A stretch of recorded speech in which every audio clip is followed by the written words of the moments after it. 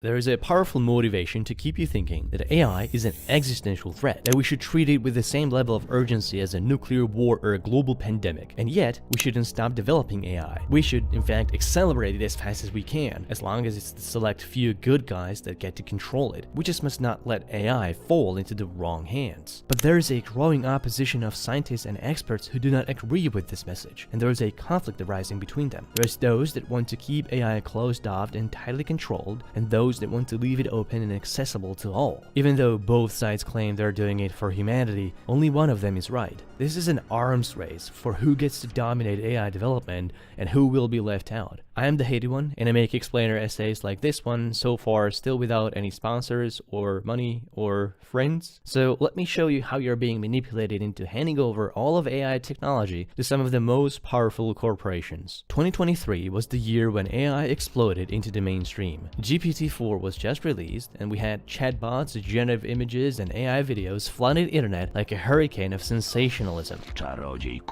But behind closed doors, the big tech pulled hundreds of organizations in a massive campaign to lobby the US federal government. The world rarely sees such an organized lobbying effort. The number of AI lobbying orgs spiked from 158 in 2022 to 450 in 2023, which didn't just include the usual big tech culprits, but chip makers like AMD, media moguls like Disney, or big pharma like AstraZeneca. In total, they spent close to $1 billion on lobbying. $1 billion that, among other things, went to persuading lawmakers to get AI regulated precisely how they wanted it. So what did they want? Well, all of that lobbying culminated in a bipartisan bill proposed in the US Senate. The bill would have the federal government regulate artificial intelligence nationwide. It would create a new authority that any company developing AI would have to register to and seek a license from. License is just a different word for permission in this context. They would have to be monitored and audited by federal agencies, and they would be held liable for any harm caused by the use of their AI models. Which, you'd have to ask yourself, how many new startups would have the funds to comply with such a strict licensing regime? This would mark the end of open source AI, because nobody would want to give anyone open access to their AI model that could hold them liable for abuse. Only big, closed, proprietary models would survive this.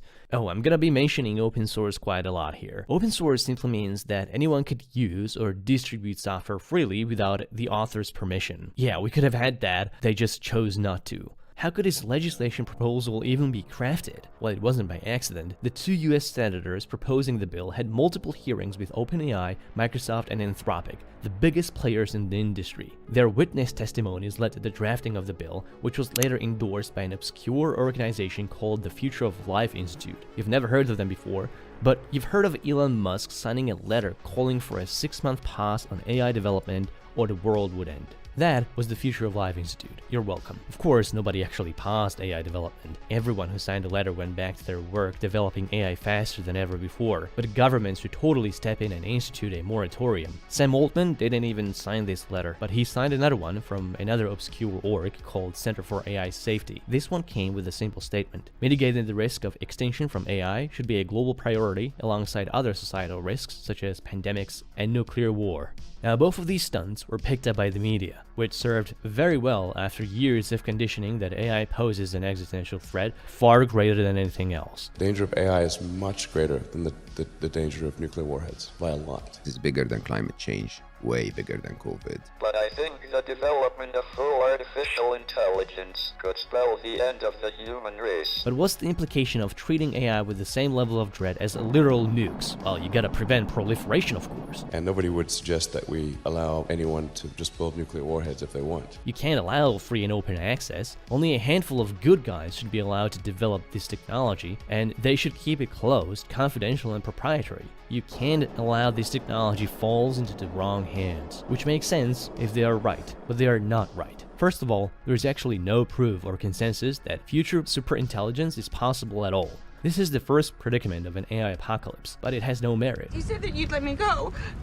I lied. Yes, there is a non-zero chance it could happen, just like there is non-zero chance we could get invaded by aliens. The second premise claims that AI will continue increasing its intelligence indefinitely. This is false. Our current AI models are already reaching a ceiling. Training data is running out. Quantity-wise, there is actually little space for scaling. AI-generated data eventually becomes poisonous to the point models deteriorate. Computation is becoming increasingly more expensive both in terms of operational costs and resource costs. Oh, fuck. AI would need major scientific breakthroughs in order to significantly increase its intelligence from where it is now. The conclusion is therefore also false. It's not certain at all that AI will come close to human intelligence levels, not to mention surpassing them. We shouldn't act as though AI is a threat greater than a pandemic or climate change. There's actually a powerful billionaire group that is bankrolling research, YouTube content, and news coverage, pushing the idea of AI as an extinction risk. It's an ideological monolith of the long-termist effective altruism movement, which is a rabbit hole so deep that this will be its own video, so let me know if you want it. But to give you an abridged version, billionaire philanthropies are paying fellows and staffers working closely with governments, think tanks, and policy groups to influence local and federal legislature and help draft executive orders. They're working to persuade them to focus on future hypothetical threats of AI, while simultaneously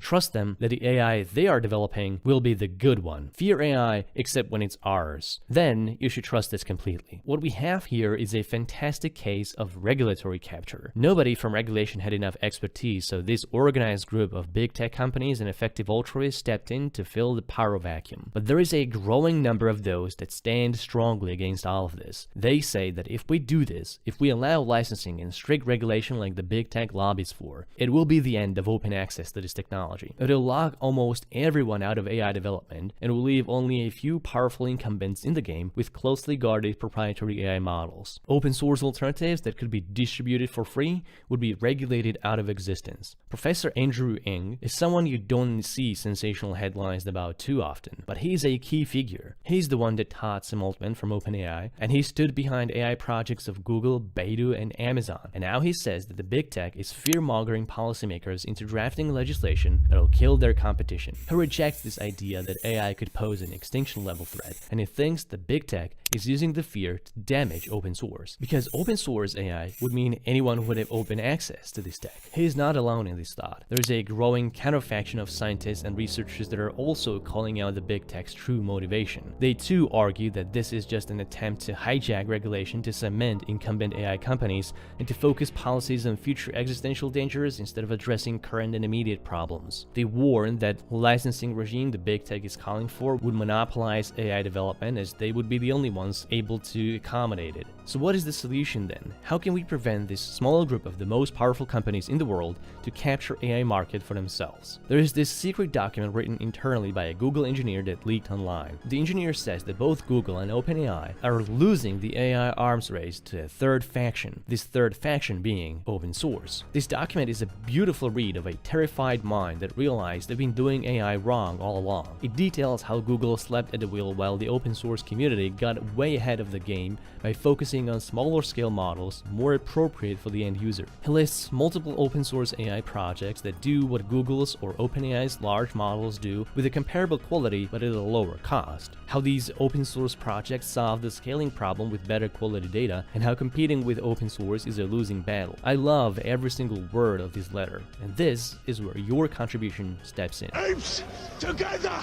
Strong! There's an open letter from the Mozilla Foundation, the guys that make Firefox web browser, that calls for opening up the source code and science of artificial intelligence. This letter was signed by Andrew Ng, of course, but also by Jimmy Wales, the founder of Wikipedia, by folks from the Creative Commons, the Electronic Frontier Foundation, the Linux Foundation, many folks from the academia, and even a few souls from the big tech. This letter got next to zero coverage in the media, unfortunately, but it's clear this is what the big tech fears and wants to prevent with their lobbying power. They don't want regulators to realize that open source AI might be better, more equitable, and safer in the long term. Open source takes power and control away from the top players and gives it to anyone with a laptop. Open source allows public scrutiny and accountability. It's what allows researchers, experts, journalists, and users to audit, question, and verify what's going on. This is what can earn people's trust because it allows everyone to participate in making it better rather than just trusting a selection of executives to do what's best for humanity, but only after they serve their shareholders. This is where you can play a role. You can sign this letter, of course, and you can also support open source projects that work in democratizing access to artificial intelligence. Rather than paying for premium subscriptions for proprietary AI models, use and donate to open source ones instead. There is tons of them available. By using them, you're taking control of this technology, you're protecting your privacy, and are enabling everyone to benefit equally. We also need to wage this battle politically. Open source is a grassroots movement, and when crucial legislation is being crafted, we need to let our voices be heard. The government has the power to craft legislation that can kill open source. They are already doing it in the US and Europe. It's important that you take a stance whenever your state or country is making decisions about this. Sign letters and petitions that call for recognition and protection of open source principles with public access and oversight. There is tons more that I gotta cover about this. Rabbit holes that reveal the true power of billionaire lobby. For now, if you like what I do, please support me on Patreon and watch another one of my videos. I have no sponsors and my ad income doesn't pay for this work, so I'm dependent on your support. Thank you.